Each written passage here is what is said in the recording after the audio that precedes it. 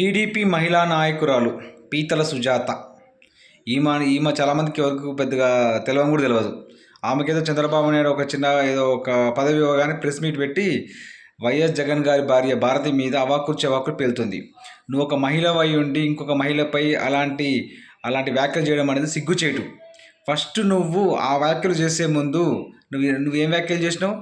YS Bharati అంట Aadhaar proof చూపించి ఈ ఫ్రీ బస్సులో రాష్ట్రం అంతా తిరగొచ్చంట. మరి ఇదే మాట చంద్రబాబు నాయుడు గారి భార్య భువనేశ్వరి, లోకేష్ భార్య బ్రాహ్మణి, పవన్ కళ్యాణ్ భార్య అన్నాలేజ్నవా. మరి వీళ్ళు కూడా ఆధార్ ప్రూఫ్ చూపించి రాష్ట్రం అంతా బస్సులల్లా ఫ్రీగా తిరగొచ్చు కదా.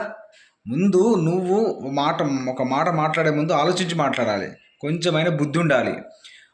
ఒకవేళ అవతల వైపు చూపించినప్పుడు నీ సైడ్ ఇంకా అంతకు మించి వేలు చూపిస్తాయి. ఫస్ట్ కొంచెం బుద్ధి తెచ్చుకొని మాట్లాడు.